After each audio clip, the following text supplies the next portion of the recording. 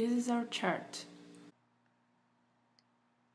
I'm left-handed, so I'm going from left to right. If you're right-handed, you can go the other way, from right to left. In this case, it doesn't matter because the decreases are gonna be even.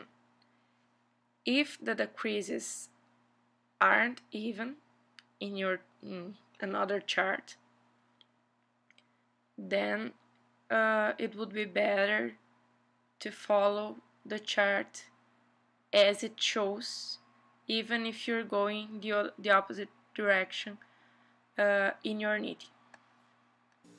Okay, so I already attached the new yarn. As you can see, we have two here, but just to, in case you don't know, the only thing you need to, I'm grabbing the scrap yarn here, but just for you to know, if you're attaching new yarn, you just get the yarn, put it in place, hold, so you don't have to make a slip knot, you just put it wherever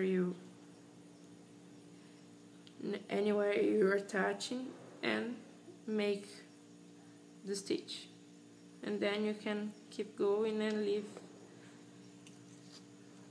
the tail. But we already did it, and then we are in the 5th row. So I'll start with one background color, 2 of the accent color, 7 stitches with the background, and more 2, and that's the repetition of the 5th row. Just do the first stitch, grab the other yarn, and as you can see, this one ended here, so to not leave it completely stretched going directly here, I'll wrap the yarn in there. I'll come here. I don't know if I guess I'm with the hand in front. Now just do 1, 2, and then I'll remove it from there. It's just to make the float be big enough for not being stretched out. Now I'll get the background color again. Now do 1. Not sure if you can see. Yes, you can. 2, 3. Oops.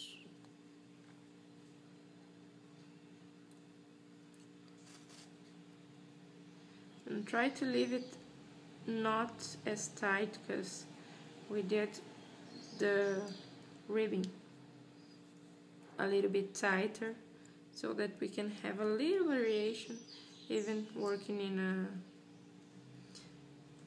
in a rake. There's 5, 6, and 7, and you could, in cases like this one, I guess I have a problem here, you could, in cases like this one, to pick up the float in the middle, and I'll show you how to do that in the next part. I'm not doing this because I still think it's not that a long float in this case, but sometimes it is. So 1, 2, and I'll make 1, and just try to keep the one color below and one color on top. I sometimes twist them, and I don't care, but some people find that the stitches get a little bit different if you do one thing or another. Just to show you how to pick up the yarn, you would pass the yarn like this,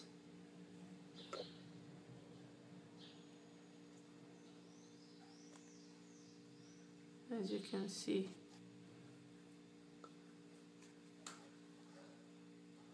And you would do the next one, and you have a float hanging in there. You don't have to do this, but just so you can see. I'll do one. I'll just keep going as I was, because I want to show you something else. Okay, so now I want to show you how I actually do this. I usually don't do everything together, I do one color at a time.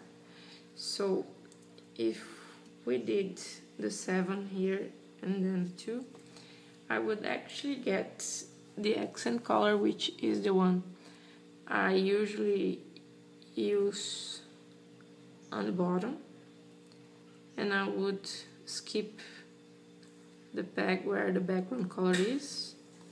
I would do 1. I would skip all the 7 stitches that are background colors. Oh, sorry, I would do 2 here. So 2, skipping, and actually you can see the pattern, so you don't have to count every time. If you see here is the accent color, you just move 1 ahead, and you will do 2. Try to leave it a little bit less tight.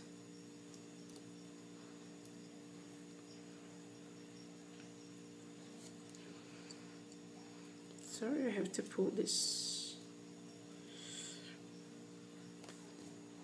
And then I would skip 1 again. Make 2.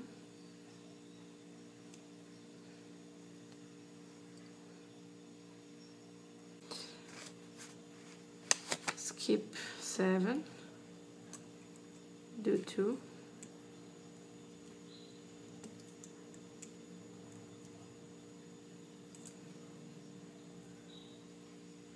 And here is our float from the other row. Now, of course, I would keep going, right? But when I finish it, let's see if you can see, I would go back, and you have empty peg here, empty peg in here, and I would just go across the pegs,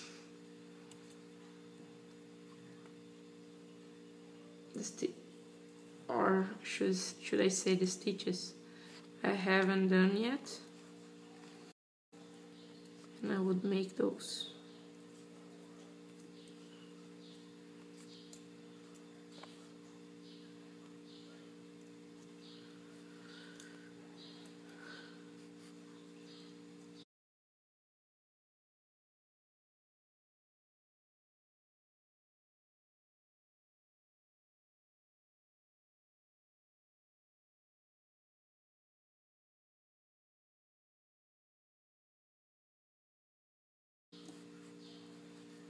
These 2 are already done. with the accent color. So here's one background color.